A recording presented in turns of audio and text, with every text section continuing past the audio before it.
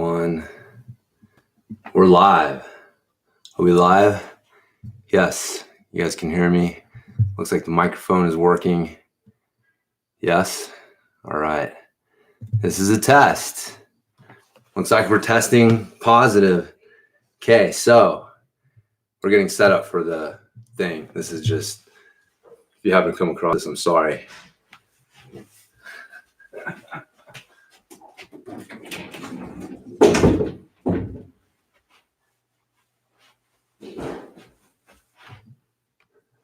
All right, we're gonna feed Snaky. How about that? We'll show you guys how that works. Are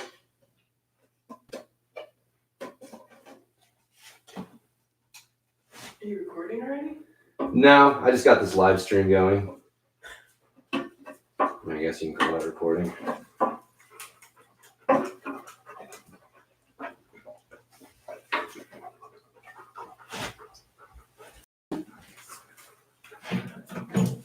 Highly doubt anyone's gonna watch. It's all an experiment. We're gonna try. Holy shit, here he comes. Fucking A. He'll get me even if I don't let him. That looks kind of dead. Okay. You get it in the live stream, dude? One of those ones in there. Oh, because they're like sensing death. Here he comes. You guys ready for this fucking nonsense? He's gonna attack me. He will attack me. Holy shit. Get down. Stay in there. Dude, that fucking snake is crazy. All right, so two things. Uh-oh. We are streaming live. Right now we're already streaming? We're streaming. I didn't sign the consent. I didn't know we needed a consent. And the second thing is I got to talk to the stand-up pedal guy at 1. So we got like 2 hours till then. We got plenty. I know we got plenty of time. I'm just letting you know. Sometimes we have been known to. I don't have 2 hours worth of conversation in me today. Fuck! Why do you say that? Every time we have nothing to talk about, we end up having a lot to talk about. So I got some notes. Did you ever come up with a topic? Oh no. No, me neither. My lack of sleep is not helpful. Lack of sleep. What's your lack of sleep from? Overtraining, I think. Overtraining? Hold on, I found a goat head. I just stepped on and go through it away. Did you? Blame your dog. Oh, it's his fault for sure. For sure.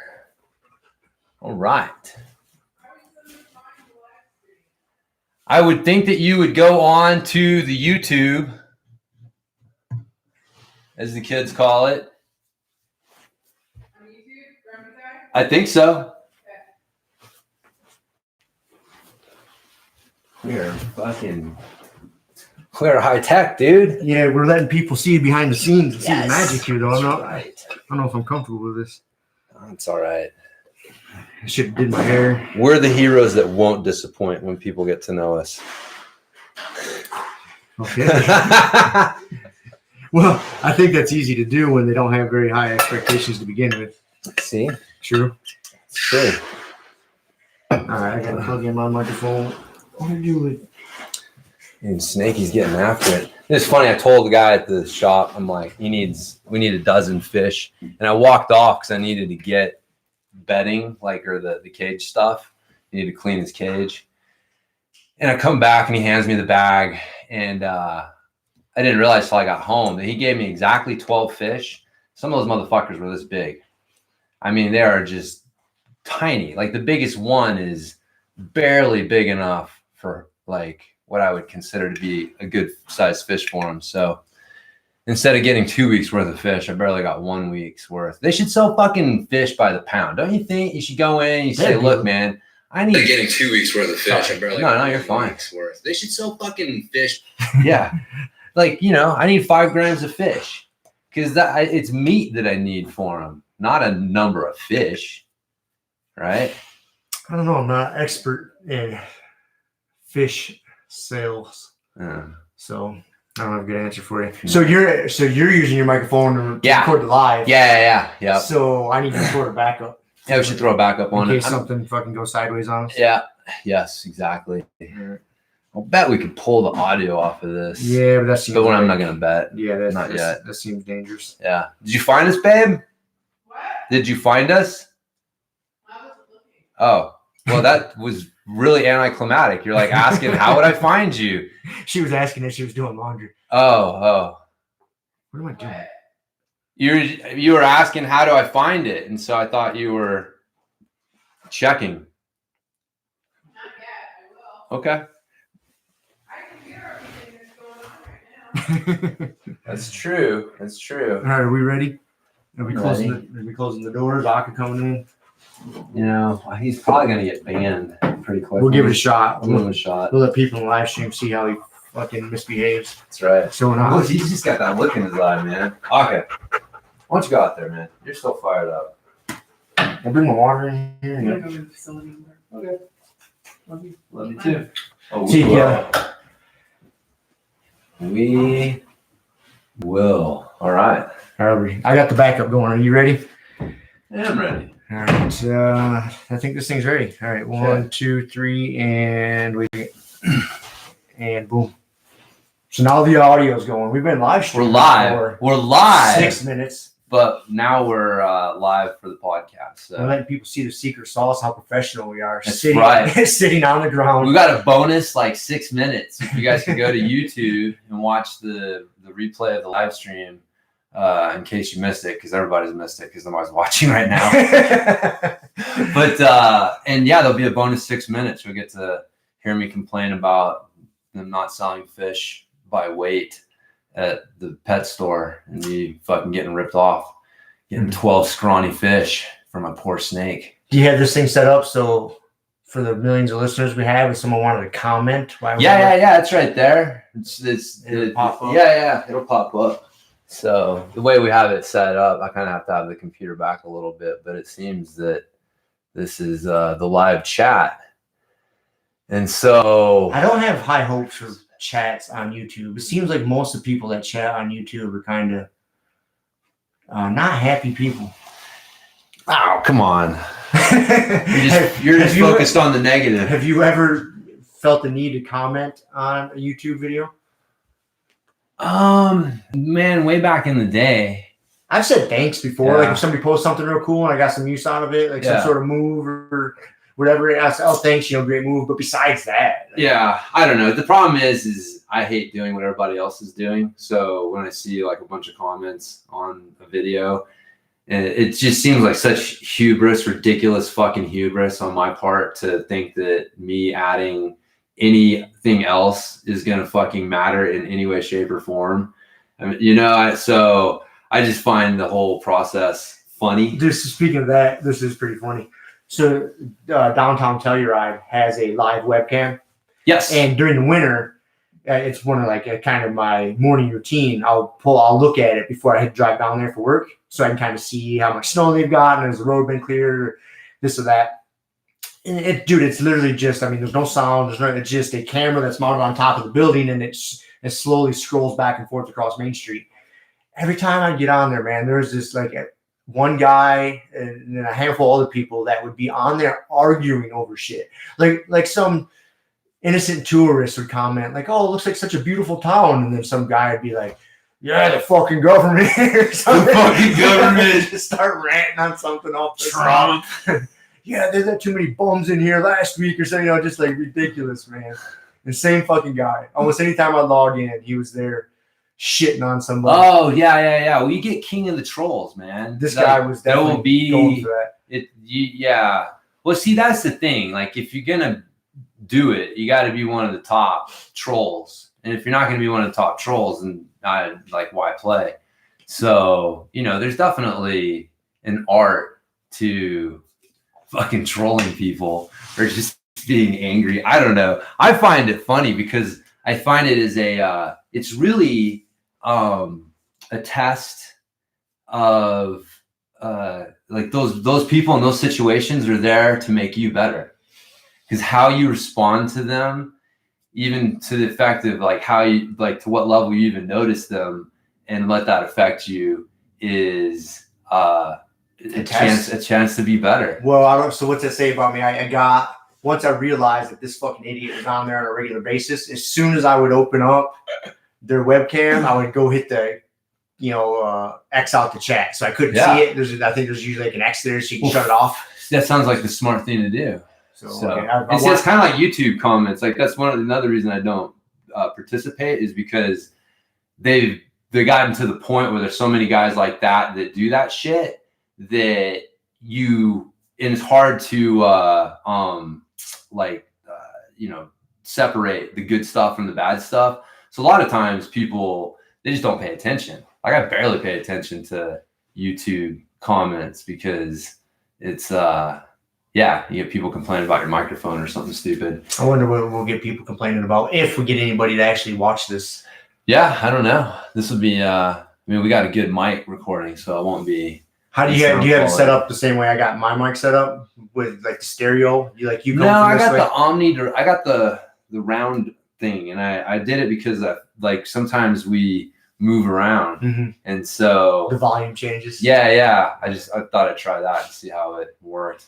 So we could check the sound difference, but getting scientific here. We need to step up our game. Like if we're gonna do this live stream, we should use a camera. I'm thinking. I don't know why. Like I feel. Well, it's a pretty good camera on there. It doesn't look too bad. No, that's not bad. I got a camera at my computer at work. I don't use. I'm a little self-conscious of this though. Like I'm in the public eye now. Are you? Yeah. It's awkward. Fucking normal. It's awkward. I've done webinars with like 400 people tuned in. Like that was a little nerve-wracking. And then you get done, and then they say the slides never moved on our end. An hour later, like shit. Oh yeah, yeah. I think this would be helpful for us though, because there's a lot of times we're talking with our hands or we're explaining something and we forget that it's an audio only podcast. No, I think it is. I'm saying that we won't have anything to explain like that on this one, but we do. Like I get up and show you shit all the time, or vice versa. You're like, hey, we get in this position here. So really, what we'll have to do is we'll get it set up. We'll do a live stream. We can. Anyways. You know what though? It just dawned on me. It's kind of fucked up is because we always record this a week ahead of time. Yeah. But this is broadcasting live now. Yeah. And so there's people that'll get next week's episode right now, and then we'll release it next Friday. It's the same shit. We should have clicked the button on there that said schedule for later. Nah, you're overthinking it. That's just the level of professionalism. It's not professionalism. It's there's some people who want it like now and they don't mind watching on YouTube, and some people want to watch like the live stream on YouTube. They're not going to fucking tune into the podcast. If you watch the live stream, why would you listen to the podcast? True. And so vice versa, right? Like there's people who they're going to listen to the podcast, and it doesn't matter if the live stream is available a week early. Like they're just not going to watch it. Yeah. Or if they are fucking like hardcore fans enough, one of the 200 that, really want like pull it up and just have it playing for the audio. I had to do that for the first couple episodes of Matt Burn podcast before they got on like Podbean and other things. They were just on Keenan's. Are they YouTube on channel. like iTunes yet? Yeah, they're on all that stuff. Are they? I get them through Podbean. Okay. Yeah. But yeah, the first episode or two I had to play through YouTube. And, I'm not willing to do that with a whole lot. So, but hey, man, if we reach that area for someone that they're willing to do that, I say that that's their reward is you get early access plus the 6 minutes of bonus bullshit. And we have plenty of bonus bullshit. Yes. Yeah, because, I didn't watch much of or listen to much of the Matt Burn podcast at first for that reason, because I very rarely listen or watch podcasts on YouTube. It's all on my phone. Because most of it is when I'm doing stuff. Yeah. I just had it playing on my phone. Yeah. The thing that sucks is you can't YouTube if you don't have the premium, you can't close the screen. You can't play in the background, yeah. So, good job, YouTube. It's almost worth that premium. It's not cheap though. It's like $30 a month or something. Yeah. But you get a bunch of shit. I don't know. I haven't even looked into it because I just don't even. Last thing I need is more fucking shit on the phone or screen calling my attention. Yeah. But what are you gonna say? I don't remember now. No, interrupted you. That's okay. It's all right. Snakey's getting after those tiny fish. I mean, you don't have Snakey in the live stream. Fuck No. up, you need to change the angle of the camera. Yeah, we'll figure Put it that like out. put it over here. We should have like a panning camera, like back and forth, like the one on Tell Your Rides shoot. Yeah. But no, I did have it. I fed them when I was feeding them. I had it turned, so Gotcha. you know they watched them attack me. Yeah, that's right. Yeah, so if you're listening Part to of the the 6 podcast, minutes. part of the 6 minutes of bonus bullshit is I'm seeing the proof that my fucking snake attacks me when I feed him, man. He comes after that net and gets aggressive. So he snuck up on me once or twice, man. I was getting something. He doesn't really attack you. He attacks the net. He's not Well- necessarily going after your hand, right?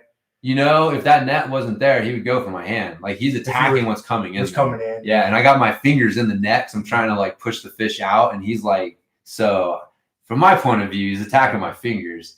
If the net wasn't there, I think he'd still go for it because he's done that before. That's how I realized he's a little fucking crazy. I was like, dude, he looks like he's like looking at me like he wants to eat me, and I put my finger in there and wiggled it, and that's when I was like, oh, okay. He does want to He does want to eat me, yeah. I forget, I was getting something out of the cage. Maybe when I was cleaning it and I was grabbing something, I didn't realize he was in the rock, the by the water dish. And dude, he fucking came out, hit my finger real quick, and it was one of those like, whoa, what the fuck is that? And I was like, took me half a second to realize that my snake just attacked me. So yeah, he's when he gets in that fucking predator mode, you don't give a fuck. Mother Nature's, you don't want to fuck with Mother Nature. Well, a couple things on that. There was just recently, I think over in the Front Range somewhere, an 8-year-old kid got jacked by a mountain lion. No, really? Yeah, That I sucks. didn't read. I just basically, like we do all the time on here, we just read the fucking title of the article. Yeah. And then expound on it like we're experts. Yep. So that's Bro news. what I'm doing here. I didn't read the article. It just said 8-year-old attacked by mountain lion. Yeah. I scanned it and saw where it was. Yeah. But yeah, man. And it was just, they had like, I think they had like tranquilized it and had removed it from the area not too long before or something like that. And then he came back. Came back, yeah. They want to fuck with mountain lions, man. Yeah. On the Mother Nature note, I had to go into somebody's backyard the other day. And as I was coming up, I had to go around through the privacy fence or their gate. And as I was walking up to the house, dude, there was a big ass bird sitting on there, like some sort of hawk, falcon, or something like this. Yeah, some sort of raptor. Raptor, dude. Some sort of like, dude, if that thing wants to like peck my eyeballs out, I'm fucked. And so I approached because I seen it. He didn't fly away. He kind of walked closer to the house, and the angle I was coming, I couldn't tell if he was still on the fence or if he flew away. I was a little concerned, man. I was like creeping all up, trying to sneak up on this bird. Like, I don't want this thing coming after me. No, This when thing you get was up close to them, you realize like dude, they're fucking big, big. and they got some sharp body parts. Yes, there's sharp, beak and claws. I got close enough to see that, and I was like, dude, this thing's flying away before I get any further. Yeah, I didn't not want to tangle with it. I have no idea what kind of bird it was, though. yeah. I wasn't willing to find out. That'd be funny, dude. Like George, they break the deal. You're not supposed to attack me, man. Like, I'm not on the menu. Oh, he had an agreement with the The pigeons, right? The pigeons stopped getting out of his way. Yeah, ran him down. Kept running him over. It's like we've got an agreement. Oh, they ended up hitting the squirrel. Ran over squirrels. That's He right. swerved and And missed he the had to pigeons. pay all the money to keep it alive and then take care of it. And dude, that's so ridiculous. George is such a fucking funny character. Dude, I love that character. Like so many times you're just like, dude, like he just keeps like he's so resigned to his fate sometimes. Like that's what makes him so funny. We just watched the episode where he tried to break up with the girl that wouldn't She break wouldn't up have- with him. And then he tried to have an affair with a girl and then she wouldn't let him like break that off either. Is that the one where he tried to pretend he was gay? No. I think it was. No, that wasn't. That was the one actually where Jerry was with the NYU student. Right. That's not the same separate- episode. No, different Different episode. episode. Yeah. She thought he was gay, and then he convinced her he wasn't. And then And George was George- trying to pretend for some reason he was trying to break up with somebody. He's always trying to weasel his way out of something. But yeah. Oh, look, we got a #1 fan chiming in there. Yes. Well, we see you too, babe. Thanks. Do you see this dog? What is up with this guy? Anyways. All right. Aka, you're going to get kicked out, man. Couldn't mind me up. Yeah, I know. He's just all fired up from his ride. He came home, came firing in the door. I think he recognized your car. My scent. Your scent. Speaking of other ridiculous shit I saw in the news, there was a couple in Australia that got brought up on charges because they put their baby on a vegan or vegetarian, I think it was vegan diet, Yeah. a young baby. And they ended up, filing like criminal charges against him, like neglect, because the kid ended up being, like 18 months old and had no teeth and was underweight, malnourished. And they're like, you can't feed your kid a vegan diet. Yeah. This is not healthy. Right. And they had to get taken to court to get this brought to their attention that they were fucking their kid up trying to feed him just a vegan diet. Dude, that's and people get idealistic and then they get blinded to all evidence to the contrary. And it's wild. People will turn a blind eye to some pretty obvious shit. Yeah, what you would think is common sense. But you just the human mind's ability to fool itself is legendary. The reason I read that article and was going down that rabbit hole is because it seems like, just recently, the past couple of months, I've been hearing stories about like kids claiming they're vegan or vegetarian because it's kind of like the cool thing to do. Right. Yeah, because it's been politicized.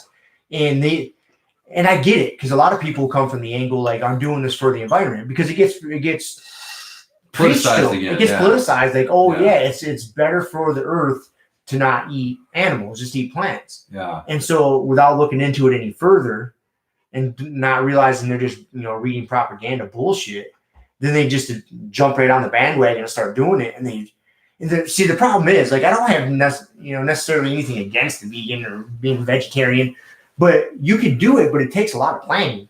Yeah. To be a healthy vegan or vegetarian, it takes a significant amount of planning because you're going to have to supplement. You're missing things in your diet. And to take your typical American who spends zero time planning out their diet to begin with, and then electing to go on a diet that to be healthy requires a fair amount of planning is just a recipe for disaster. Yeah. And that's what people aren't getting. Like, I understand doing it for moral reasons. I get it, man. Like, have at it. But you have to understand, you better be willing to pay the consequences. And you don't want to pay them with your health. You're going to have to pay them with your time, because you're going to have to realize what you're not getting in nutrients and make up for it. Yeah, there's pluses and minuses to it. Yep. What gets frustrating is when something is presented and the minuses are covered up or just kind of like, like they just don't want to admit that they're there. And so people are sold something. It's like, yeah, you should be able to choose, but you should be able to choose based on like reality, not somebody's wishful thinking of what they wish was real. And so you get people who just dismiss the importance of meat in your diet. And so, it's just not that big a deal. And so people think that it's not that hard, or, but again, that, like what you're saying, you got people who, it's a food filter, like every choice you're making, you're running through some sort of filter. And what people get fucked up when their filters are, they either don't have them or they have them, but they're subconscious, and it allows them to make bad choices. But it's like, so if one of your food filters is that, like, you don't eat,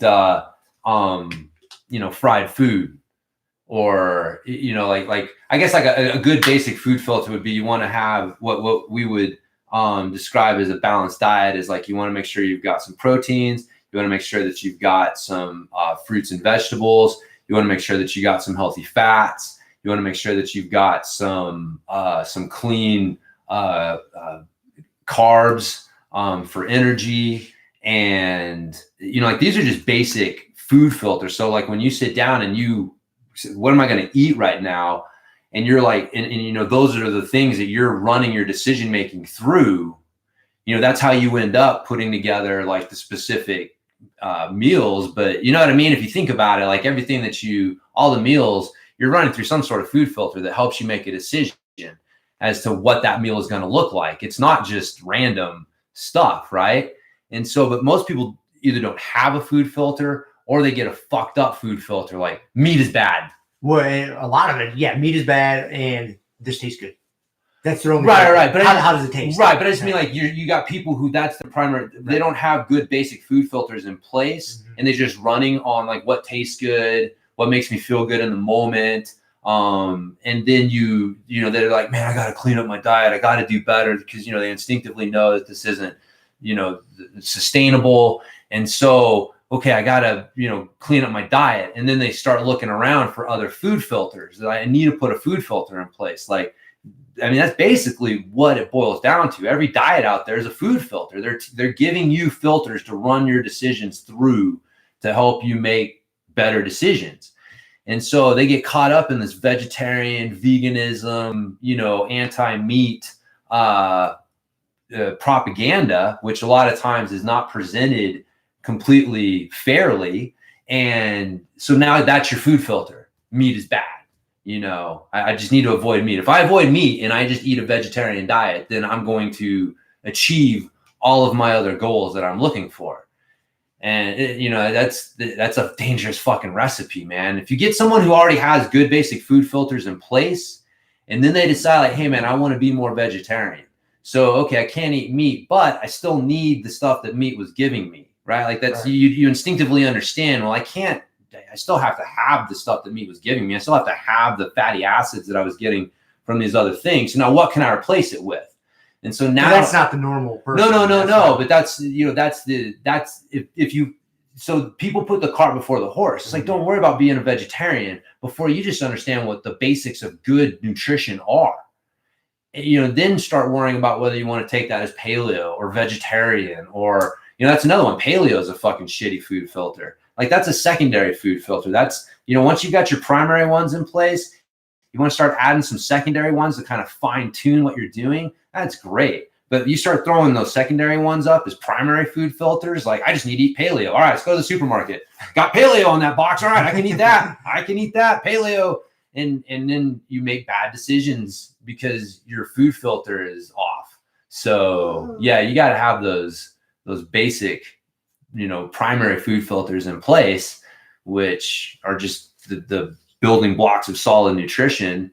And then there's a lot of, intermittent fasting, right? Same thing. Like, hey, I got news for you. What you eat in that window still counts, people. Like just because you didn't eat for 16, 18, whatever hours, it doesn't mean that you can just eat like a dumbass during your feeding window. So there's still that you need those primary food filters to help you know how to use these other things, these more specific things wisely, but that doesn't sell books.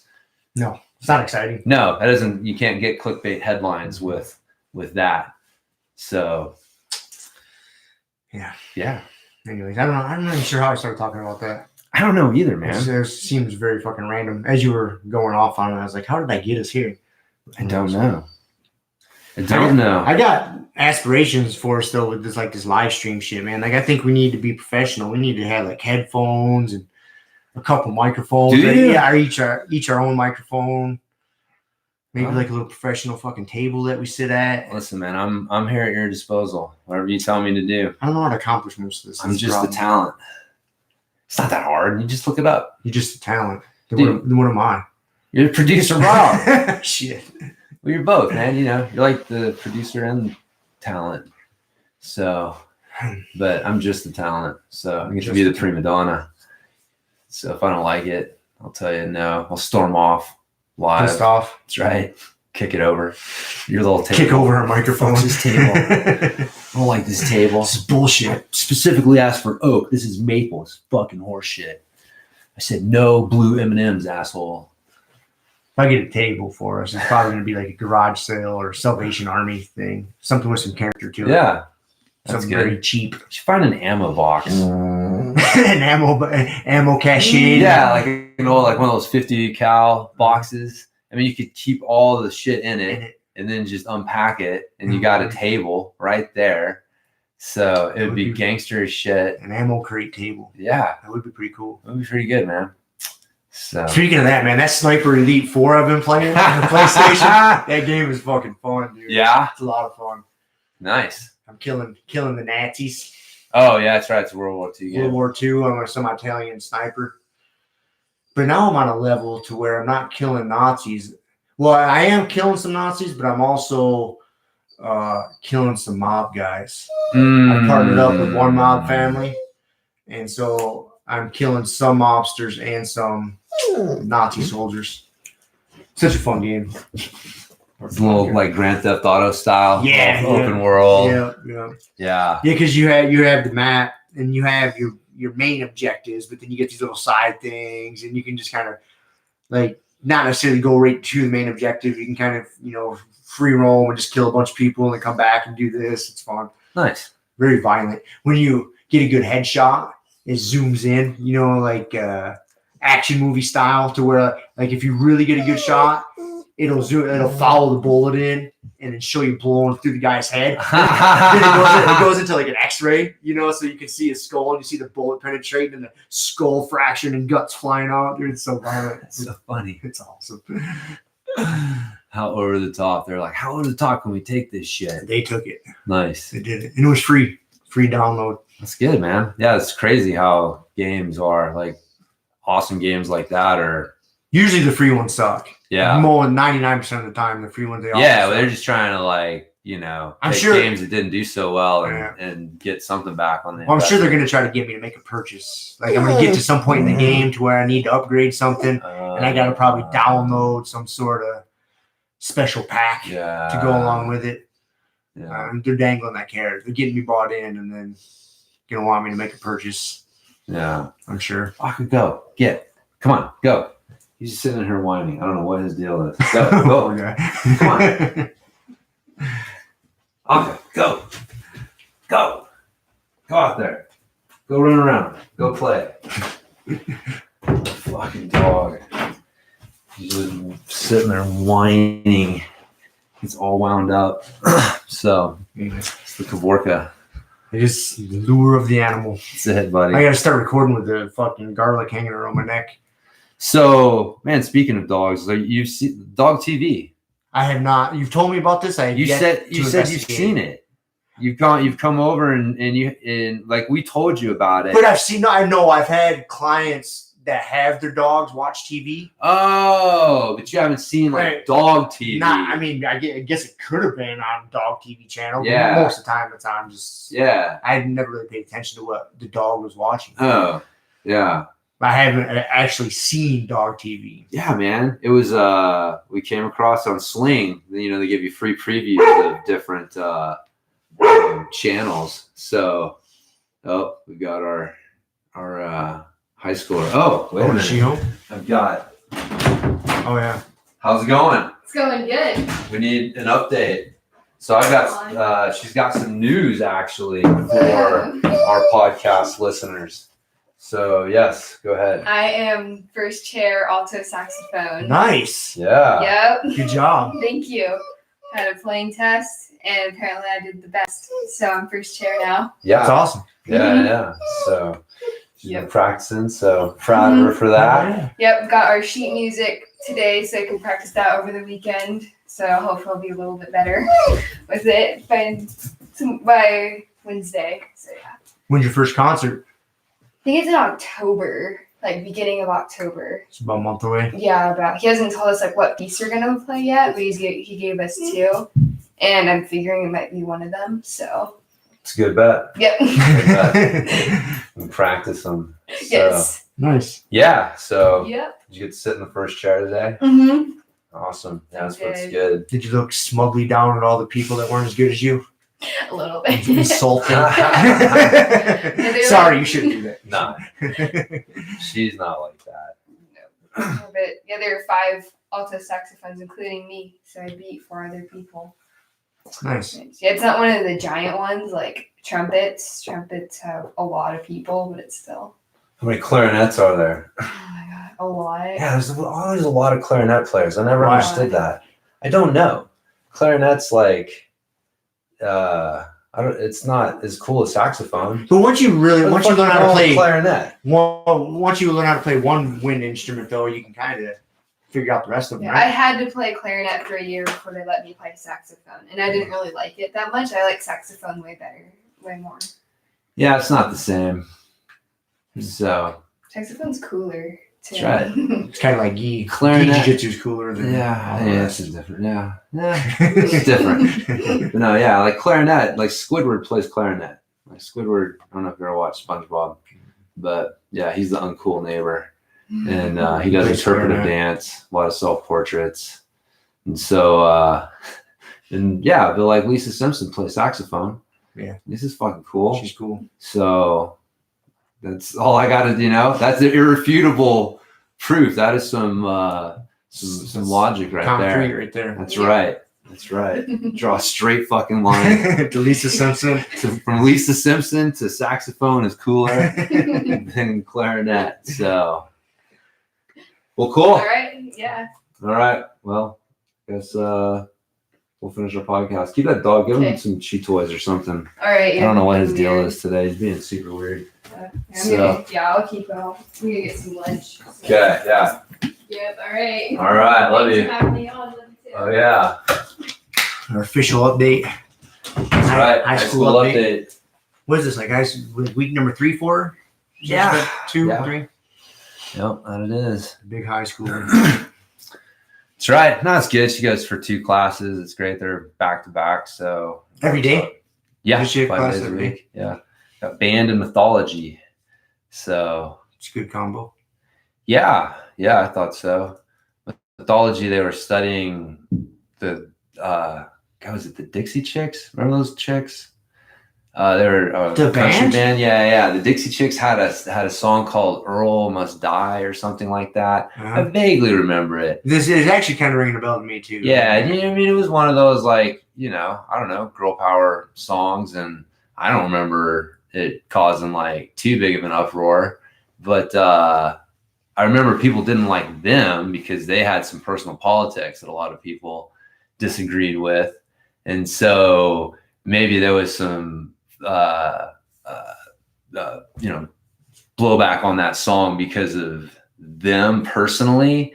But anyway, so they listened to the song, and it was presented as like a usually the archetype is the damsel in distress, and this was a story that had a different archetype, and people got really upset about it, and I was just like, what? Like, it seems I don't know, it seemed a little reaching for some woman power nonsense being shoved into mythology. I didn't really understand what that had to do with how is mythology. this in a mythology class? Well, I mean, you got personal politics definitely going on there because, Right. I mean, it's ancient mythology was very man heavy, and, the women were, you had, even though like Athena was one of the most important gods in the Greek pantheon. Mm-hmm. But anyways, you can find examples, but it's easier to just be like, oh, there's a lot of, all these archetypes from this, and I got to put something that goes against that. And so, because, instead of just teaching the material, you also are looking at what are the political ramifications of the message behind the material. And it may be that, women are like this and men are like this. And so that's not true. And so I have to do something to try to juxtapose a different idea against that. So you can kind of see the logic, but it is like politics entering education. I think I could be wrong, but I just felt like, what the fuck does that have to do with mythology? And it seems a little reaching for the message there. And it would seem better to me to look for examples in mythology or ancient culture or old Greek and Roman culture where women did break these archetype characters that you're usually cast as. And so that's what I say, you got like Venus, but then you got Athena, You know, it's like they weren't. Not all women were cast as damsels in distress that I'm sure you needed can a find man some, to come rescue Yeah, them. I'm sure you could find some story of some badass queen that like overthrew some kingdom. Yeah, I mean, I'm there's sure examples. there's got to be some examples. Yeah, and you know the thing. I mean, the Persian courts were famously ruled by their women because I mean that's the thing too is like women and men are different, and we've talked about this comes up in like social media. Like when boys disagree, it's more physical. When you know, so they're gonna like you know pick on each other and then fucking you know maybe get into a fight and then it's over. And you know, whereas girls, it tends to be more like social, like they work to undermine people socially, like if they don't like someone and have like ostracize them from a group or you know talk trash about them. And so that's why like social media plays itself more to that social you know Debauchery. yeah like you know that's how they deal with the, you know, or women tend to. I don't want to be too generalist here, but statistically speaking, and remember all 80% of all statistics are made up on the spot. Yeah, that tends to be the case. And so I forgot what we were talking about. I lost my train of thought trying to like make sure I wasn't overrepresenting or misrepresenting women there. But oh yeah. So yeah. But yeah, we were talking about the mythology and just it's easier to find, you know, you can look for examples. But yeah, that was the women, you know, men, if they're going to conquer a kingdom, tended to fucking throw on a suit of armor and rally 10,000 men and go across the border and kick the shit out of the other kingdom and take them by force. Whereas like if women were going to do it, they would marry the king and like do, you know, have their influence that way. And so it's just a different way that women would gain power. So like women have always had power throughout history. You know, it's not, there are definitely differences in freedoms and things like that. But to say that like women have been, no woman has had power and women have been powerless throughout history up until today is ridiculous. Like women have always wielded power. It's just how they wield power is different. And it goes back to like, you know, not recognizing those differences. And so when you look at history and you look at stories, you recognize that. It's like, yeah, you don't find women for the most part leading armies to conquer kingdoms, but you found plenty of women that were exerting a lot of influence over what was going on with situations. And so yeah, it's you know, that's more the truth of the situation instead of trying to insert your political view with some Dixie Chicks song. So the Dixie Chicks. Yes. I did not see us talking about the Dixie Chicks in this week. Dude, I forgot about those girls, man. I did. What was it? They were like against the like Operation Desert Storm, right? Like the first time we went into Iraq and we were all like, was it that one or the second time? I remember they like, man, I think it was the second time. yeah, Because the first Desert Storm, I was pretty young, dude. I was 8th grade. Not even. I might have been younger than that. I might have been like 6th or 7th yeah. grade. I was in high school. I mean, I was like freshman, Yeah. sophomore in high school. So it'd have been about right. Yeah. So yeah, I don't remember too many people not being for that one. I remember that one was, you know, a good fucking kick ass. But yeah, the second one, that's the one where you started to get more people dissenting, which again, in hindsight, it was true. It was like, you know, we don't have a fucking plan. What are we doing going in here and taking over this country? This is not this is not going to end like you guys think it's going to end. We can't just walk in, take it over, and walk out. Right. Oh, hey, say, hey, here's our new kind of government for you. Yeah, here's democracy. Yeah, vote. We'll fucking peace out. See you later. Good luck. Good luck. Yeah, but I remember they got they got in a lot of shit for some of their comments about that. But I don't remember that. no, I didn't really care enough.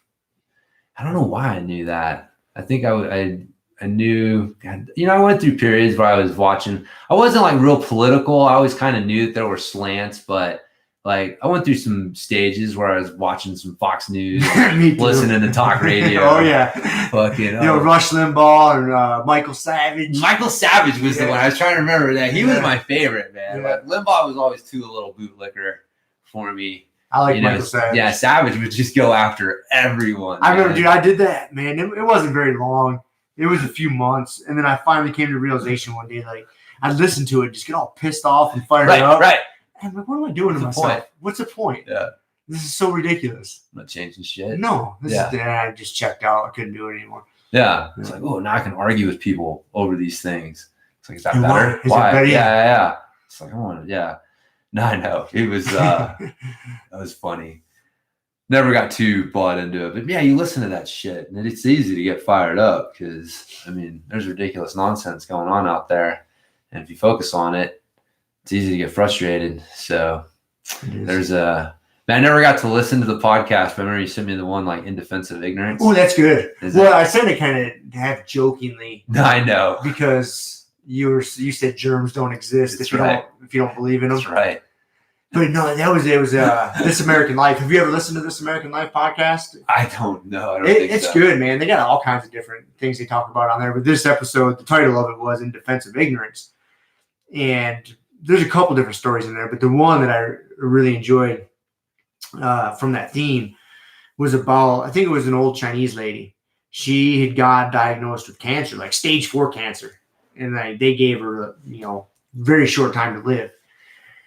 And I guess it's customary in China that a lot of times they'll give the diagnosis to like the immediate, brother, sister, or something like that. And then it's up to them to pass that information on to the patient affected. It's pretty much the opposite of patient-client So confidentiality. something like that. I know. There was a reason for Yeah. it. I didn't get into the details of it. But this lady's sister chose not to tell her sister that she had cancer and I was going to die in 6 months or whatever it was. And she's like, there's no point. She's, 75 years old anyways. Let's just let her enjoy the rest of her life. If it's only 6 months from now or, 6 years, like whatever it is. But it was pretty grim. Like they were all certain she was going to die. And so they had to get the whole family bought in. And the reason it got trickier is because most of the family had grown up and moved away. Like one of the sons was like living in Japan. One of the sons was living here in the States. They had moved all over the world. And they had to come up with a reason to all go back and see their mom one last time. They didn't want to come back. They didn't just because no one had trips planned to make trips back to China. So for everybody to show up at once, she would have been like, "Why is this happening?" And so the one son called his brother up that happened to have a child that was about to get married. Like, hey, let's do a mock wedding like a year early, and let's all head back to China, and we'll all head back in guise of your son getting married. So they had to put on this whole big ruse, and all the family went back and saw. And so get this. So they all went back and saw her, and she still never let on that she had cancer. It's been like 4 or 5 years since then, and there's actually a movie that got made about this. I forget what the movie is called, and the movie's getting released. And now the question is, what this lady's still alive? Like, is she gonna see this movie, and then that's how she's gonna find out? It was an interesting story, man. It was pretty good. Sounds ridiculous. No, it's good. You'd like it. I'm not doing a good job of portraying it. No, you are. You are. I mean, it's just There's a lot of ridiculous shit that goes on. Yeah, I mean it's. Yeah. I mean, there's people who do get told and they still survive. So it's not like there's it just that seems fucking silly to me. But I guess it's their culture. That's a big part of their culture is. Then that's the belief. So I thought it was interesting. No, I see. interesting. You don't think it's as interesting as I did. No, I mean, like I said, it sounds ridiculous to me. I think that you just like at a certain point, it's like, oh my god, you're staging a mock wedding. It's like, just tell the fucking lady. Because like, what if she does live? Are you really gonna like? She's gonna be a little upset. You know what I mean? Like, lies never. I don't feel like lies. It's not going to turn out. No, lies don't turn out well. They rarely ever do. And if they do you really want the fruits of those fucking lies? So you know, maybe culturally it's looked at differently. Like I can see it from how you'd be like, oh, you know, don't tell them so they can just enjoy their last few months. But it, yeah, I don't know. I probably would have done the same thing and then sat here and fucking, I don't know. So I'm not going to cast too much judgment. It just You sounds seem silly. very judgmental. I was trying to share this good story with you, James. Well, I mean, you just, you know, Poo-pooed on it. there's good stories about people who just literally refuse to fucking like accept the diagnosis. And so, like, is it ignorance or is it like just, you know, yeah, ignorance makes it easy to not accept the diagnosis. But is the story more the power of the mind to be able to defy medical science? Like, you know, like that's more what it is. Like medical science, as sure as they are about things, there's usually some room for especially when it comes to like cancer and things like that. And that's why they have like there's a percentage, you know, like It's not 100%. right. Yeah, there's a percentage, which means that there's always people who beat the odds and come out the other side. And so some of those motherfuckers drink and smoke and they cried the whole time, and you know, and they still survived. And so I like the ignorance is there is power in ignorance for sure. Like being purposefully ignorant about certain things, because you require brain power to think about things. So that's why like I don't watch the news, right? Or I remain purposefully ignorant because I figure if a story's big enough, you know, I'm plugged in enough to where if something's big enough, I'll hear about it. I'll find out about it. But there's no reason for me to just be seeking it. Yes, like every day have a habit of, you know, consuming news. I remain willfully ignorant about those things because I don't want to spend the mental energy on them. I want to spend it on other things. Like you can't say yes to everything. And so that is actually one of the fine arts of productivity, is becoming willfully ignorant to certain things.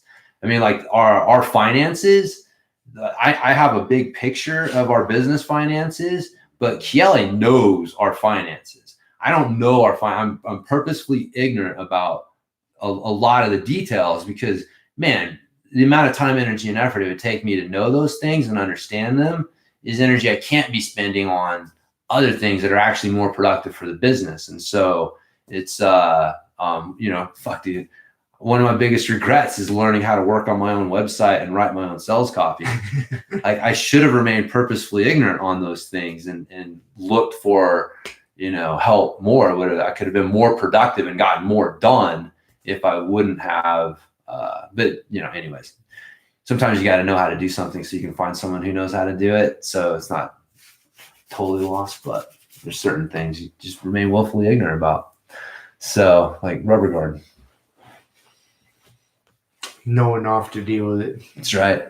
It's just there's so much mental time and energy I can spend on things. Doing good jiu-jitsu.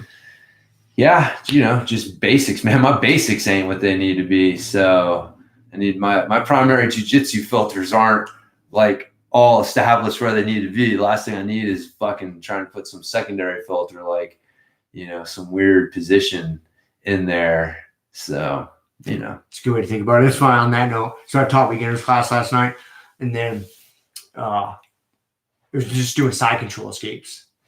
And I ended up only doing like 2 escapes, but just like details, you know, just give them a little bit, let them try it, and then come back, give them a little bit more, and come back, give them a little bit more, you know, just.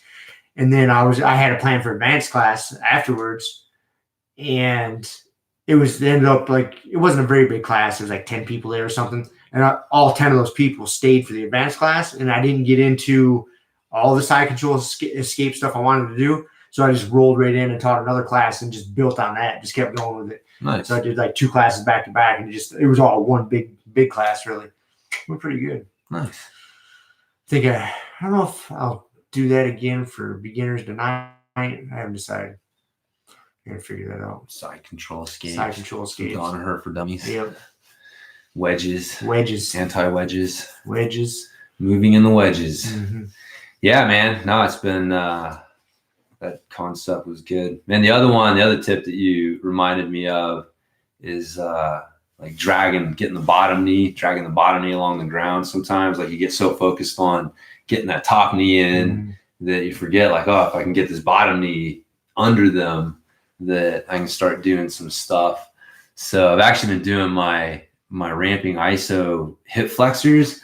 See, look at that. Yeah, see, now we're There done. we go. Yeah, look at you. Yes. So usually we do them like this, kind of more like open guard or closed guard. And so I've been doing them with my knees close and trying to work like this. And it's different for sure. And so, but this is more like I've noticed, man, like pulling in straight like this, I'm not as strong as I feel like I should be. And so this is strong, but pulling in this way. And since I've been doing that for the last couple of weeks, I feel like I can notice a difference in how I'm able to use that on the mat.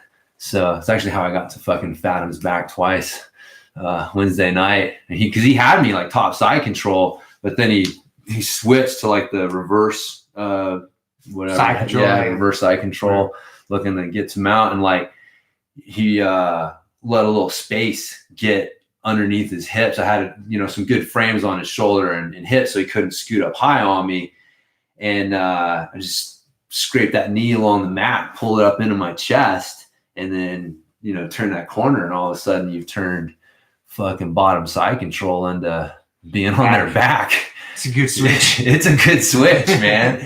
It's a good switch. So, and then I fucking hit it on him again. I'm sure he'll wise up to it real soon, but it's like a new power that I feel like I have, being able to pull my knee and like straight in like that. And so anyways, there you go. I was beating on the detail of like finding that hip crease. Like, so when you do like an elbow knee, it's hard to talk about here, but you do the elbow knee and you're trying to get that first bottom leg in instead of trying to keep it low. When you're trying to get out of side control, if you drop your knee down and have your foot above your knee, it follows that hip crease in, and there's that hole right there. And then you have, I'll show it to you. And then you got your forearm on the hip crease on the other side. So you create that V in their hip crease, and you got that wedge. Yeah. You got inside with a good solid wedge. It's good principle. Yeah. I think I know what you're talking about. You get a little bit of an angle yep. instead of sitting there straight. Like Straight angle, and then have your it'll knee keep down it, with your foot pointed up. Yep. Yeah. That's pretty good. Yeah. Let's good, man. I'll try some of that. Yeah. It's good practice for me to try to teach it too, like different details, and then just beat it into them. Have them split up and do it. Like, no, that's wrong. Fix this, do this. And then it helps me to figure out how to word it differently. Because I have the emphasis in my head and it makes sense here, but then I try to convey it to everybody else. And I let them break up and try it. I'm like, okay, apparently I didn't get the right message across. Right. Bring it back in. Yeah. Dude, it's funny, man. Like trying to teach a technique, it's like a sentence. And if you change the emphasis on a word, it changes the point of the sentence. Yep. And same thing. I emphasized the wrong thing. They're so focused on that. They're fucking everything else up. Like, no, this is not whatever you think it is. That's not it. So no, it is, man. Coaching cues are so important. And the thing that, like, if you have a coach who puts time, energy, effort into trying to find better coaching cues, like if you train with somebody for a while, like, again, this is just me. Like as a coach, like I'm always trying to improve. Like the next time I coach something, I feel like I should be able to coach it better than the time before. And even if it's just a better understanding of a coaching cue that works better or just something, you're always trying to refine that but if that amount of thought's being put into it, right? Like if you notice that your coach is very specific with the words that he uses, like you hear him use those same terms. And the biggest mistake people make is reinterpreting those fucking coaching cues. It's like you're trying to rediscover what your coach has spent years of fucking making mistakes and then thinking about it and then trying to figure out how to explain it. And then, he's telling you, no, think about it this way. And you use specific words to describe, like hip crease, I say like, put your foot where they bend. And so it's the same thing. Like it's, the hip is not a theoretical area in space. It's a very specific space on your opponent. And so if you don't think that, though, you see it all the time, though. People are starting to do it and their elbows like, it's like, wait, that's not what we just said. What are you thinking right now? And it's like a lot of times it's either nothing or they explain what they're thinking and you're like, wait a minute, like that sounds nothing like what I just said. Like, don't fucking reinterpret my coaching cues, man. Like, literally, you in your head to take yourself through the technique that your coach used to explain the technique. Like, don't just leave that open to chance. Like, use those same words, those same concepts. Like, don't fucking, especially if you're a white belt, you know, early blue belt. Like, man, you're in that phase of unfreedom. Like, you just need to do what you're told, and what you were told is to, you know, when the words that they're using to describe the technique are what you should be hearing in your head. Like, it should be like your coach is sitting there saying those words to you as you're doing the technique. I mean, would you agree? No, I agree 100%. Yeah. And I mean, not doing that is the fucking biggest mistake I see white belts make. Like, they'll just reinterpret or not think about, and then, yeah. So don't make that mistake, people. So I know we're always like, it's like paying very specific attention to, especially if someone is real, like someone like Pimenta comes through, you know, like how he describes something, you know, the words he uses are like, you want to, it's like, okay, what is he saying? I want to make sure I understand what he's saying and applying it instead of just assuming that I know what he's saying and then just using my own interpretation of it. And so anyways, that's part of it, man. You just apply what they say, and then you can Then you diverge from it, but you can't diverge from it until you try it. Yeah, like you have to. You do. Like, and I think that's a good point to bring up. Is when a coach teaches you a move, like, attempt to do it exactly how they say it at first, because you can't break rules until you understand the rules. right. Because you need to know the why before you can start breaking them, before you start quote unquote cheating. Yeah. And it's not cheating, well, but once you got a good grasp on it, then you can understand, well, I do this because I'm trying to get to here. You know, so once you see the end goal and the principle or the rule in place, then you can have a little bit of freedom. Right. But initially you don't get that. No. Initially just do it like this. And then some of that some of the freedom comes from just reps and time on the mat. Yeah. Not at all saying like you know, can't break the rules until you know what the rules are. Like, don't worry. Yeah. Figure out what the rules are. And then if you are like, oh, well, can I do it this way? It's like, well, yeah, you're accomplishing the same thing. You know, you understand why the rule was there. You know, you got to control the elbow. So maybe you're going to control the elbow this way instead of this way, but you're controlling the fucking elbow. Or you're like, no, man, that's not going to work. Like, yeah, you're controlling the elbow here, but when you try to go to the next step, so you're opening yourself up. This isn't going to work. Just stick to the fucking plan, asshole. So, but yeah, that's one of the secrets to learning. Like, it's being able to switch, understanding that early on, you're going to have to just go into it with blind faith, man. Yeah. Just turn your thinking off and then gain experience. And then once you have experience, now you have something else to start basing judgments on. Yeah. Because before you experience it and you're just theorizing like, well, you know, what about this? And well, that guy, would never work. You could just do this, or well, I like to do it this way. So I'm just going to do it this way instead of doing it.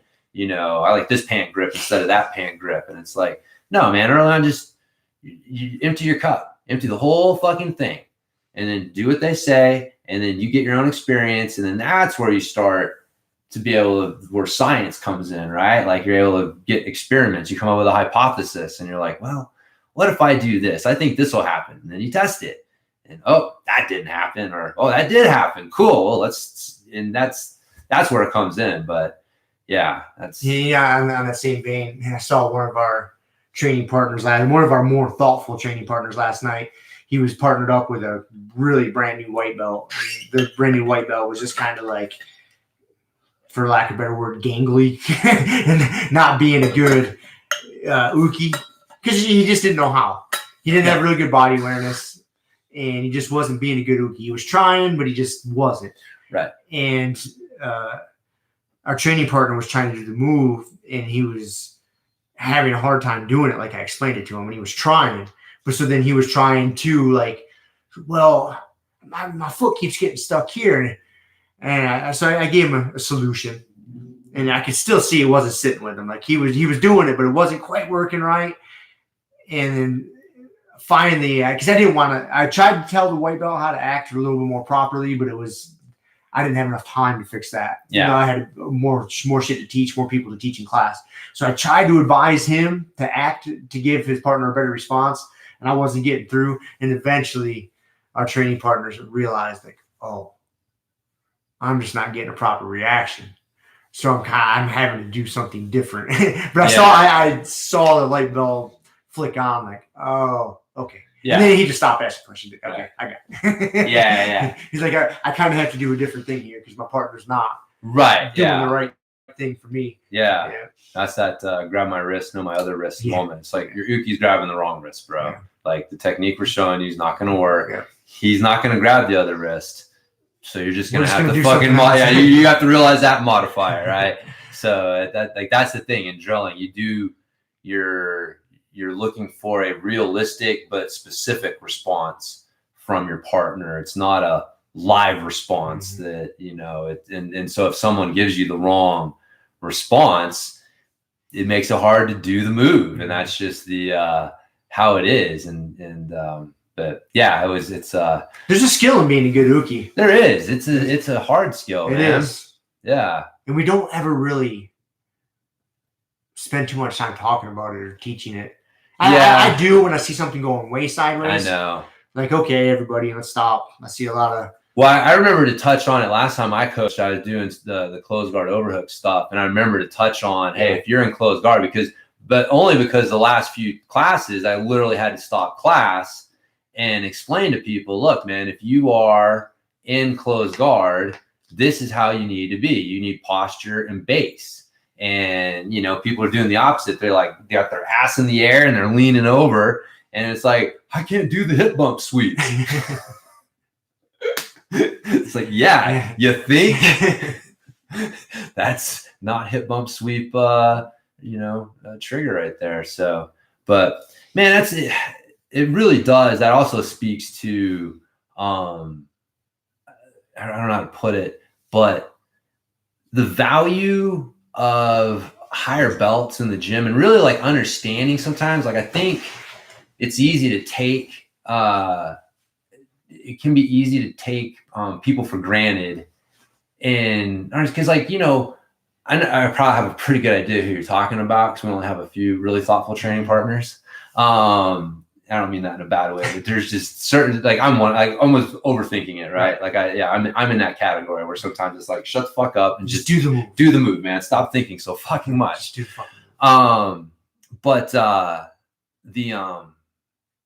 Oh shit, dude! I forgot what the fuck I said. Value and training partners. Yeah. So his training session with that white belt is not great. No, he's not getting a whole lot from it. He's not getting a ton from it. He's really having to work hard to mine much of anything from that. And so, and that's a training session that he's kind of giving up to help bring up someone else in the gym. And, as I get higher and higher, man, I start to have more and more of those. God damn it. Yeah, you realize, like, you just don't realize, even at like blue belt and early purple belt, like, dude, how fucking bad it can get. And you just don't know enough. And then you start to, get a little bit better feel for jujitsu and stuff. And you realize, like, dude, these are just like, this is crazy. I have to spend most of my time just trying to get them into the right position, or like you're saying, like kind of modifying what we're doing to make up for it. And then most of your time is spent trying to help the other guy either get in the right position or when they're doing the technique, because they're probably flailing with it too. And it's funny, man, is the higher belts really do form like the backbone of the gym, and they do a lot to keep bring new people up and help that going. And they're sacrificing their own training time, their own progress in some ways. Although you could argue in lieu of future progress. Yeah, exactly. In lieu of future, it all comes around. But yeah, in that moment right? Like, It's a sacrifice. if you had a competition coming up in a week, like, and like, you're like, I don't need to fucking worry about it down the road. Like, I need good rounds. Like, but yeah, it's all part of the process. But it's funny, man. You tell that story, and I've just thought about, because we got a new influx of white belts coming in. And so you get a hold of them and you forget sometimes, like, oh my God, this guy's literally shaking. Mhm. Like, he's so tense and so nervous that he's like vibrating. And I'm like, I used to do that too. Like, I remember, right? Like, but it is, you realize there's a resignation when you realize, like, oh, okay, well, I just need to get through this class, because like most of this is going to be helping this guy along, which is great, but it's still like, that is a sacrifice in the moment that they're making for the gym, which is, it's important. But it's part of the whole. It is. It's a good responsibility. That's Right. why I was saying, like, it's more like a matter of like not taking it for granted, right? Like, it's part of the responsibility, but people want that. But it's a different thing when it starts to become like taken for granted and just expected. And it's like, well, yeah, man, but like, there is still some sacrifice going on here, and I don't know, people don't like it when it's just like this expectant thing. So yeah, because when it just is like an expected thing, you don't feel appreciated. yeah, Then you're like, man, what am I doing this for? yeah, Wasting my time. I was at work all fucking day, and then I came in here to get some good workout, good training in, and now I got to deal with this.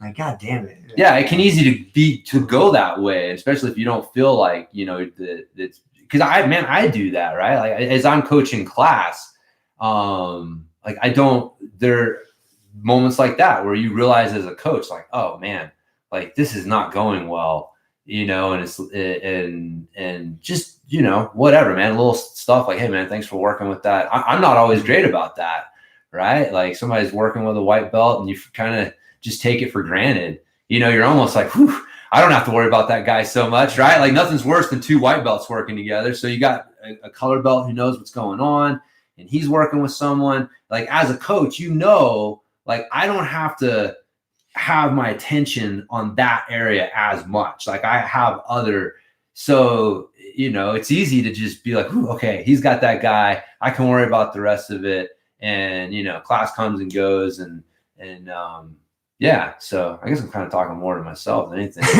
Say thanks to people that help out with that more, like, just recognizing that it is helpful to the overall mission.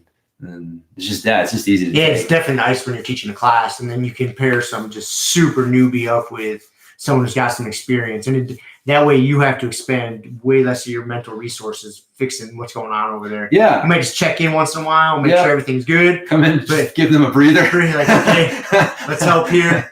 Yeah. And then you can focus your energies on something else. It makes it nice. It does make it nice, man. So, but then sometimes you see a problem that's just insurmountable in the amount of time that you have, and you're just like, ooh, how do I correct this? That's where, like, or whatever that means to you comes in. Where like, close enough for now. Yeah. That's good enough. That's man. good enough for now. Show up tomorrow. We'll try again. And we'll try again tomorrow. Right. You got to get that experience. That's right. So, yeah. No, but that's it's good, man. That's a part of jiu-jitsu that I enjoy, is like helping people come up. But like I was saying, from a coaching perspective, it's easy to take those, what they're doing for granted, and how much of a help they can be to your class being run well. So it definitely goes better if you look around and you're like, oh Jesus, I got 10 white belts, and like, the best one in here is a second degree. Second degree white belt. Second degree white belt. Yeah, exactly. Second dan white belt. But yeah, you just know there's going to be a bunch of shit shows going on everywhere. So it's yeah. Anyways, you got some bro science for us? Man, I got a few little things written down here. What do I got here? Oh, I want to give a fucking shout out to my stand-up bike. So we haven't had a chance. Did we talk about that? When did I had it ordered? Oh, that's right. You were the one that showed up the next day. Last Saturday. Yeah, last Saturday. That's right. So we had talked about it, that it was on its way. But it's here. It's here. Put it into use. And we fucking had a chance to ride it. So yeah, you've had a chance to ride it. You liked it. It's fun. Yeah, it's interesting. It is interesting. It's been so again, if you don't know, it's the stand-up bike. It's the company's Elliptigo, and you've probably seen they've been around for a few years now. It basically looks like an elliptical trainer and a bike had a baby. Yep. You're standing up and on an elliptical, but it's got wheels and you're going. And the guy who invented it was a triathlete or a runner or something, and something happened where he couldn't run anymore because of his knees. And so he liked the elliptical because it was easy on his knees and felt like running, but he hated it because you're in a gym. And he didn't like biking because it doesn't feel like running. But he liked being outside. So he was like, let's put the two together. That was literally the idea. And so they had the elliptical bike, and then that was, it's more expensive to manufacture. And so they came up with the stand-up bike. And so that's what I've got, which looks like more like a bike where you've got pedals and cranks, and it's got, 27.5 wheels. It's, got a front fork. And So were these the guys, sorry to interrupt. No, yeah. Because at one time I do remember seeing something that looked way more like an elliptical machine, but it was a bike. Yes, that's it. It's the same guys. Yep. So they've just modified. So now it looks more like a bike. This is a stand-up bike. Okay. So there's But the it is the Elliptigo. same. It is the same guys. It is the same guys. Yeah. Okay, Elliptigo is the name of the company, and the Elliptigo bike, or the Elliptigo, is that what you're talking about, the elliptical. I mean, it looked like an elliptical. It's an elliptical on wheels. Yeah. Basically what it is. Okay. But so I got all this lowdown from the guy behind the company when I was talking him into sending me one. But yeah, he said they're expensive to manufacture. They look a little weird. And so having a stand-up bike, something that looks a little more like a bike and uses more recognizable parts, was the idea. So it is. It's got a 10-speed derailleur, uses a Shimano derailleur and shifter, and so it is like more like a bike. Without a seat. But what it is, it's hard because what people don't realize is that a regular bike is made with a balance point in the back, like behind in your bike's center of gravity. So that's why it always feels like you want to kind of sit back. There's like this tug for your hips to sit back, and it's hard to get and stay on the balance point on the front of the bike. And so the stand-up bike, the balance point is in the front of the bike. That's where it is. There is no back of the bike. And so standing up on it feels like totally different in some way. It feels similar to standing up on a regular bike, but it feels a little different. It feels different. Like your posture and your balance points are more natural. So standing up feels way more natural and way more easy than it does on a regular bike. Because people try to extrapolate. I did. It's like, man, what's that going to feel like? Like just putting your seat down on your bike and going for a ride? Like, what the fuck? But no, it's a different experience. So you can feel like your posture, your chain, your fucking fire peaches.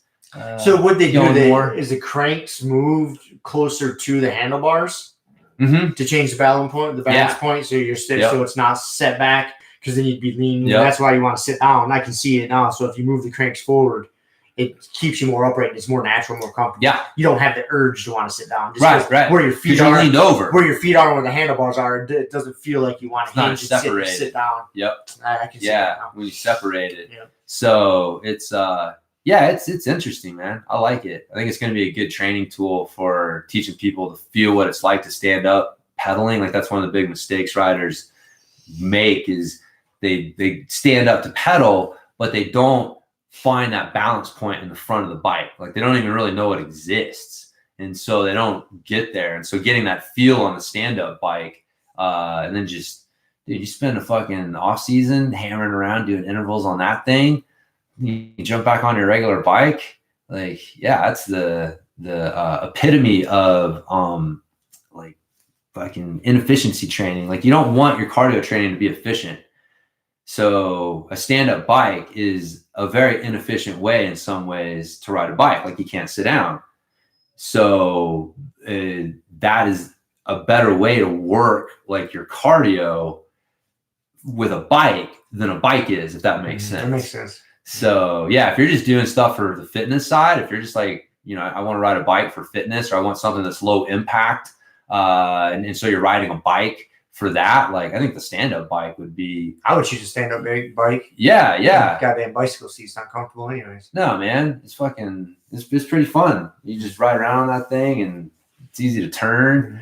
So that's anyways, just wanted to give a shout out to stand-up bikes. One of those weird things that if you don't hear someone say that it doesn't suck, that you somewhat trust on, again, I'm going out on a limb here saying there's a whole lot of people trusting what I'm saying.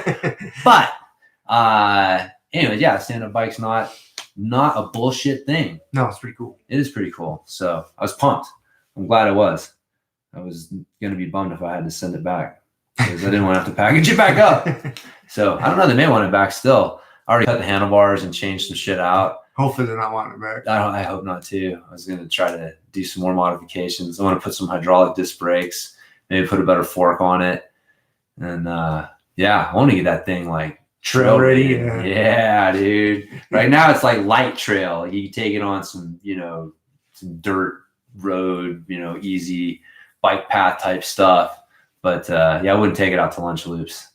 It would snap something. Yeah. The fork is definitely more Walmart quality, but they're trying to achieve a price point. Forks can get fucking expensive. Like you can drop $1,000+ on just a fork. Oh, can you really? Oh yeah. I had no idea. Yeah. That's your most expensive parts on a bike, man. You're gonna spend probably a decent fork. You're gonna spend around $1,000. Wow. And a good wheel set, you're gonna spend around $1,000. And so then you're looking at your frame. You're gonna spend a couple grand. That's why that's $4,000 just between your frame, fork, and wheels. And you probably wheels are just your rims. Yeah, just the rims. Yeah, that's not even the rubber and that's the tube nothing. and all that stuff.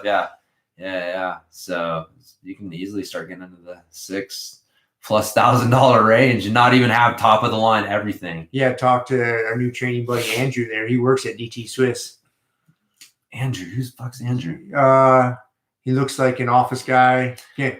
I know him. Beard, Okay, glasses. yeah. All right, I'll tell him. It's funny. I know some of the guys that work at DT Swiss. Yeah.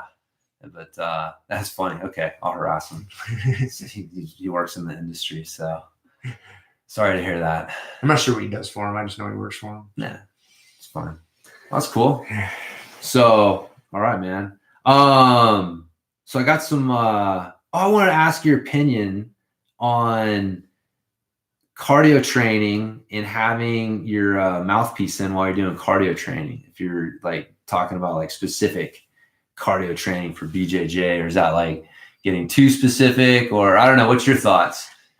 I guess if you're the only benefit I can see from it is if you're new to it and it's really uncomfortable for you to wear one, you just need to desensitize yourself. Put the thing in, work out with it in, and you just get to the point to where it's not a thing anymore. And then once you're at the point where it's not a thing anymore, then you don't need to do it. You're just being an idiot. Yeah. I mean, there is some people that are really uncomfortable wearing one because they've never been in a sport where they've had to have it. Right. And so it's really foreign to them and they feel like they can't breathe with it and all this other nonsense. I get that. So you just got to wear it until it's no big deal.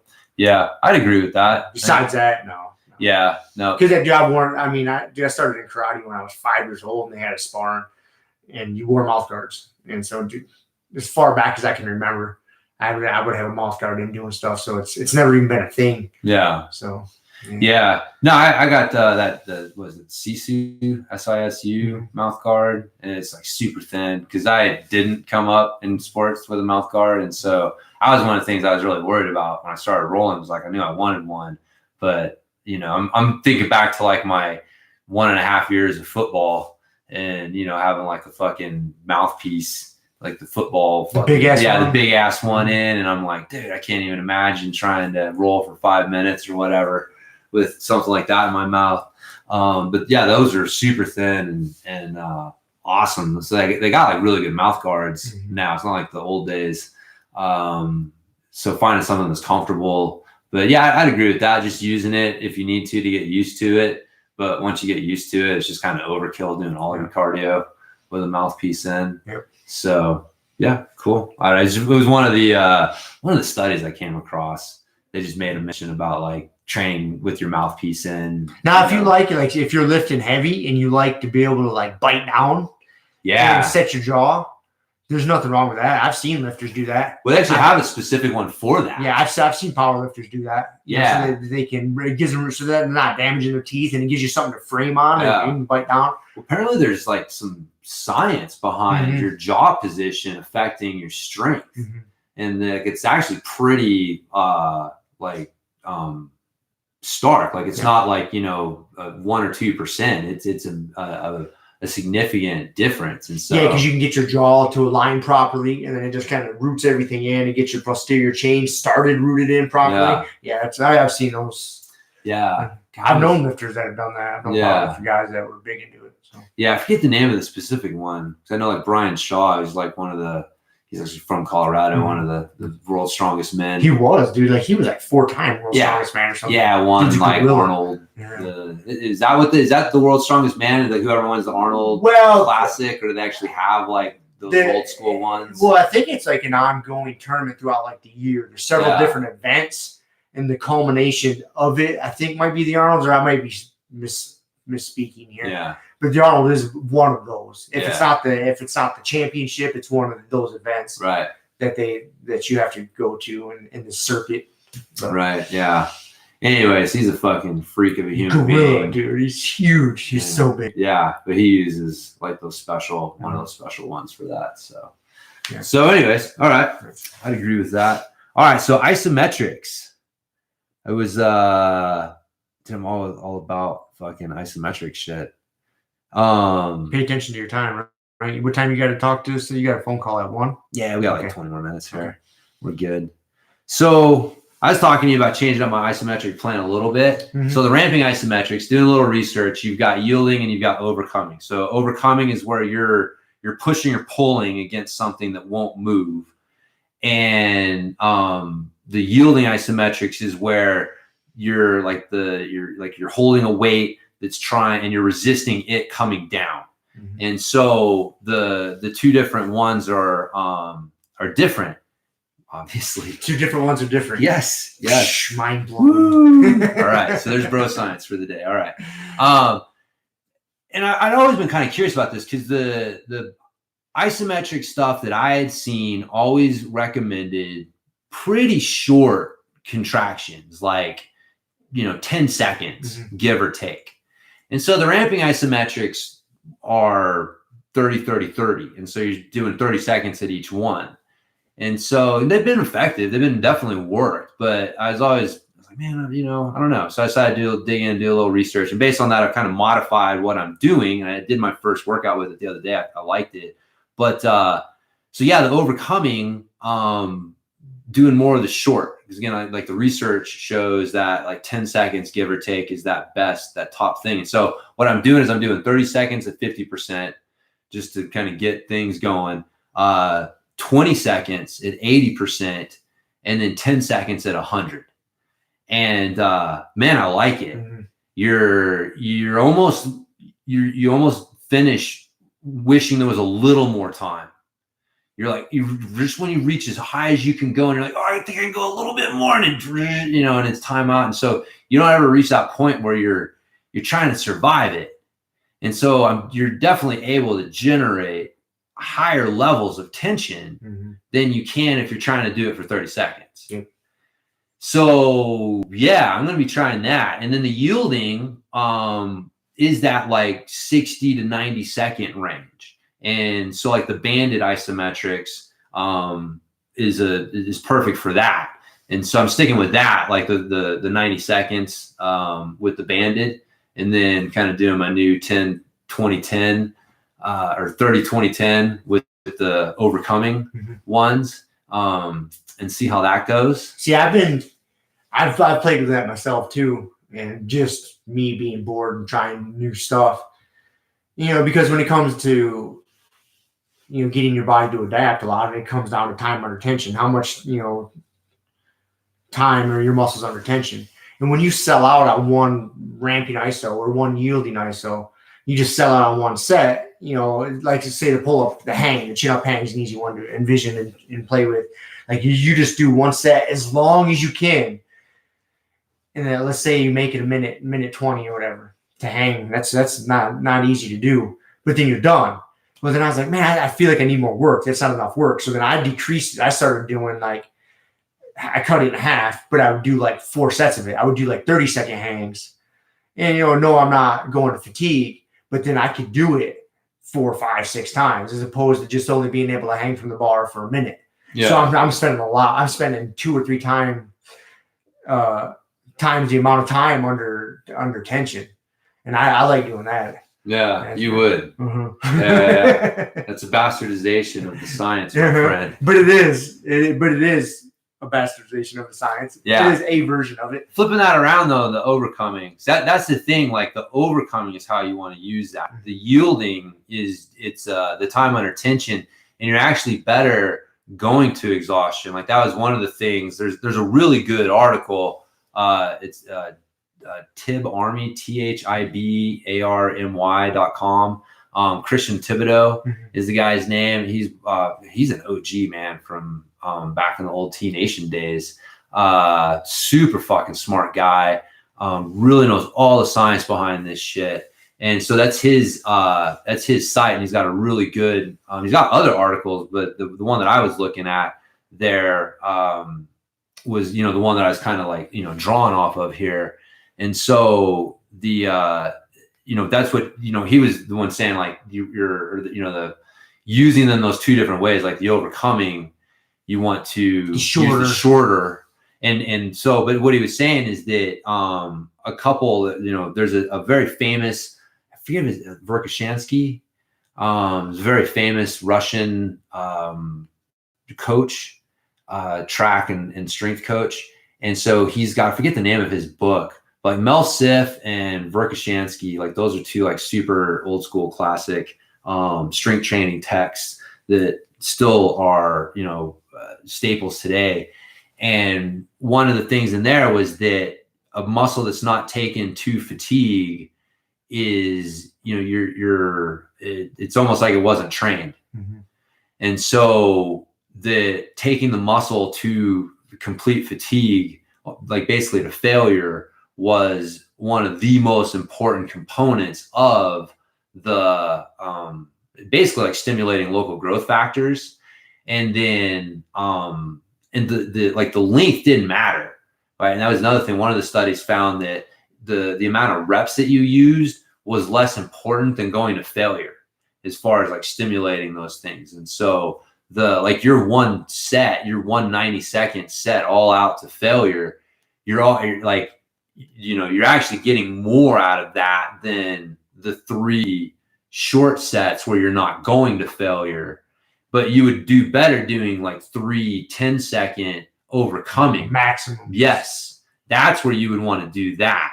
If you wanted to add more, I'm trying to I just don't want to do like 1 set. I'm still trying to figure out how to do that. But realistically, if you wanted to do more, you would do multiple sets of that overcoming and build your time under tension that way, because you're just not able to take it to failure with the overcoming like you can with the yielding. Like you can take those to failure. So that's again, it's not that either way is wrong. It's just that if you're looking at what the data says and just kind of applying what we know so far as like best practices with isometrics, like that would be your 1 long set for the yielding and your multiple short sets for the overcoming would be the way to do it.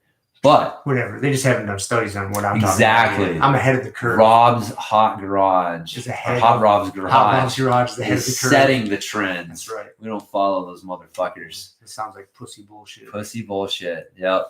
So, anyways, that's what I'm playing around with. And one of the things, there was some fucking interesting shit in there. One of it was so occlusion training, right? That's just one of the big. I have yet to fuck with it. It's restricting blood flow, right? Well, he pointed out that isometrics are a form of occlusion training. Really? Yep. If you think about it, man, when you tense that muscle, you restrict blood flow. Mm-hmm. So you're actually getting, instead of having to buy those stupid bands and fucking, what else can you do besides look like the Ultimate Warrior with those things? You basically wrap them around your bicep like the Ultimate Warrior and tie them tight as fuck. Are you going to shoot up heroin? Yeah. Be the Ultimate Warrior. Hey, what other body parts are you using this on? I see people use them on the legs, calves, quads. Okay. Whatever. neck. Don't use it on your neck. Yeah, don't use it on your neck. That sounds dangerous. Yeah, autoerotic asphyxiation. But but isometrics, especially as you get more skilled with it and you can create more tension, you're actually able to create that occlusion training effect in local areas that you can't target with the little fucking bands. Mhm. And you don't have to pay the extra money to do it too. So I thought that was interesting. I never thought about I never thought about that either. that, but when he said it, it was like that's interesting. One of the other things he was talking about is how the difference between a movement pattern and a recruitment pattern. And so like a movement pattern is your hip hinge, but the recruitment pattern is what order and how did your body recruit the muscles within that movement pattern To accomplish create the movement, to create the movement. Right. So you can have two people doing a hip hinge. One person's activating their lower back more, using their quads more. The other person's using their hip more. They can look very similar, especially to the less trained eye. But the recruitment pattern is, just as important, if not more important. I'd say more important. Right, than just the movement pattern, because that's a lot of what you see. Like people who they're doing the movement pattern right, like they're doing a squat right, but like they're still not fucking doing it right, and you can't. And that's what it is. So the isometrics are the best way, or one of the best ways to change your recruitment pattern within a muscle or within a movement pattern. And so I felt that myself, especially with the bottom of my squat. Like my bottom of my squat, it feels completely different after all the isometric training. And I could literally feel my body change how it was like holding itself, what muscles it was recruiting as it figured out what is a more efficient way to hold and create power in this position. And so the whole recruitment pattern at the bottom of my squat changed. And so anyways, I had never thought about it until I read that, but just another kind of plus for doing isometrics for helping with that. So I've noticed that, now that I'm getting back to doing some weight on my back squats and front squats. I mean, I'm doing like 95 pounds. So I'm not doing real weight, but I'm actually can get into a full depth squat with 95 pounds. And due to all the isometrics I'm doing, like the bottom of that squat feels so much significantly just better and stronger, and how I'm generating power to come back out of it. yeah, Because I'm being super mindful because I don't want to hurt my knee. And, I'm slowly building up, and I'm just practicing it as a skill more than anything. I'm not trying not trying to kill myself doing it. It's a loaded skill, not a strength exercise. Exactly. It's a loaded. That's exactly how I'm treating it. And yeah, doing all the isometrics has helped me recruit the right muscles to get up and out of that hole and feel solid. Just be able to get down into the bottom and sit there and be like, I'm not collapsing and like butt wanking and back doing all this shit. Like I can just get down there like, okay, now I can generate force, come back up, just nice and smooth, and back down. Like that's not form, that's recruitment pattern. That's how is your body recruiting the muscles in that bottom position, and they're different than they were. Mm-hmm. And that's going to affect your whole squat. And so like again, I felt that with a lot, man. Like a lot of my movements feel so much cleaner and better since I've been doing the isometrics. And so now it all makes sense. It's like, it's cleaning up the recruitment pattern. It's not just about movement patterns. Mm-hmm. So, the fuck else did I have here? This was interesting. The firing rate of the muscle, right? So everybody thinks like if you train slow, you're going to move slow. And there may be some truth to that, but what's slower than not moving? Nothing, right? So obviously if you're not moving, you're just simply training yourself to not move and to be slow, right? That's one of the arguments against isometrics is you're training to be slow because you're not moving. So how can you that's the slowest thing there is not moving. But what's interesting is the firing rate of the muscle is just as fast as like if you're doing like a heavy eccentric. If you're doing like a heavy eccentric bench press, the firing rate of the muscle is the same as doing the isometric bench press. And or was it the same or is it faster? No, it's faster. That's right. It's faster. It said it, and they haven't studied it. It said it may be as fast as the concentric, but basically your firing rate of the muscles is pretty much the same whether you're doing an isometric or a movement-based exercise. Plyometric. Yeah. Yeah. I don't know if they studied like an explosive exercise, but like, so the way I put it is like, if you're doing a deadlift, the firing rate, whether you're doing a deadlift, the exercise, or a deadlift, the isometric, the firing rate of the muscle is going to be the same. So you're not actually training yourself to be any slower through isometrics. It's the exact same firing rate. So you're not losing anything there. So yeah. I remember Steve Maxwell mentioned that, like, you're not, training yourself to be slower. You're actually training yourself to be faster, something like that, as he was, ranting on his thing. But so anyways, yeah, I thought that was interesting. That's Again, good. just another good, Because that's definitely an argument you would hear people make. right. Well, if you want to be explosive, you got to train explosive. Yeah. You want to be fast, I got to train the So I use bands and chains the fast and twitch stuff. muscle fibers. Right. I can't do isometrics. Yeah. No, but you're actually training them to do that. So and improving their firing rate in those. And a lot of times when you're doing the isometrics, like the best thing to do is to do them in your weakest spot in your range of motion. If you strengthen the weakest chain in the link, like, you're going to strengthen the whole thing. And so you're actually improving your firing rate at that weakest position. So giving you a chance to actually focus on that weakest position. So that's another thing. People are like, I'm still not convinced that Steve kind of brushed over like the joint angle thing, plus or minus 15% is where you get your strength gains from an isometric exercise. And, he said something about that's not true, blah, blah, blah. I haven't really found anything that confirms that, but more just, Thibodeau's point was, you can look at that as a minus, but you can also look at it as a plus, because it allows you to focus on your weakest point in your range of motion. And so you're able to actually strengthen that, and that'll strengthen the whole thing. So yeah, no matter what you're trying to do, lift heavy weights or do jujitsu or just live a fucking functional, pain-free life, isometrics are like not optional. Got to do them, man. Got to do them. So I like the idea of just doing like 30 seconds of 50% effort just to make sure everything's set up and you're recruiting the right muscles. yeah, And then, I think I might try to do like 30 seconds of 50%, and then 10 seconds of 100, and then do a few sets there. yeah. Why do you feel that? 80% ramp? The ramping up was it was one, I'm just trying to like give myself the 30 seconds time under tension. Uh-huh. It's kind of like that lower end of what you need to kind of stimulate some shit. And I liked it. I felt like I was able to kind of like ramp up, and it wasn't 20 seconds isn't long enough for 80% to ever get hard. Mm-hmm. And so when I got to my 10%, it didn't tax me in any way, but I felt like I was able to like really like ramp up, like, ramping from 50% to 100% versus like, it's kind of like the pit stop, so I don't know, 20 seconds may be too long, but I felt like that. Maybe do like 15 and 15. Well, the research with the length of the 100% is Was pretty 10? adamant. So keep it 10, at even 10? 10's getting long. Okay. Like 6 to 9. So keep it at 10. Some was like, as long as 12, but it's Okay. like 10 plus or minus 15 starting to get, you almost don't want to be fatigued. Like I said, like I think the trick is you want the buzzer to go off and you're almost like, oh, I wish there was fucking 2 more seconds No more in left. the tank. Yeah.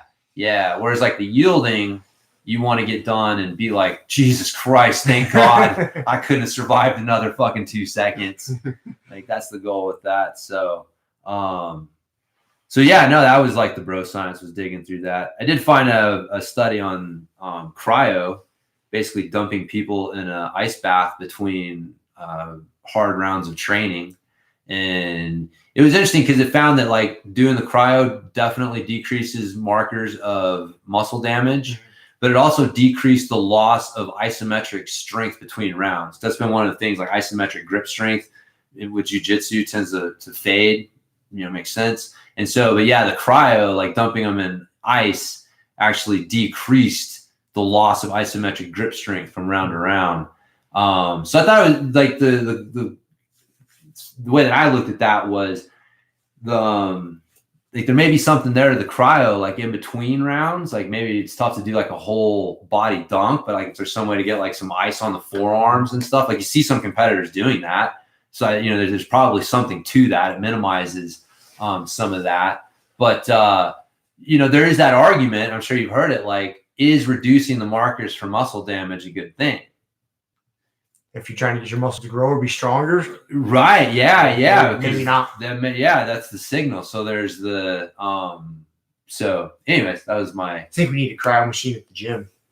That way, in between rounds, you can go jump in the cryo machine. yeah. That'd be pretty sweet. Let's get a fucking ice bath going. Just jump in that. Yeah, but it'd be hard to jump in that, be all wet, and get out and have to train Yeah. again. If you had the cryo machine, you could jump right in there. You wouldn't want to jump in there sweaty. Not with a wet game, dude. That would be That was bad. fucking 150 minus. minus 320 Yeah. with a sweaty rash guard. No. Just stick it to your skin. Ah, All right. Trying to take it Let me off. rethink this idea. This is not a good idea. So, yeah. But yeah, that was my cryo research. Cool. So that was my bro science, man.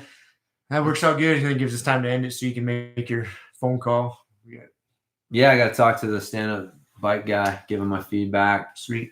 I don't know exactly where it's going to go, but we'll see if there's some potential for collaboration with either Bike James and them or like Pedaling Innovations and getting some of my pedals on their bikes, or at least.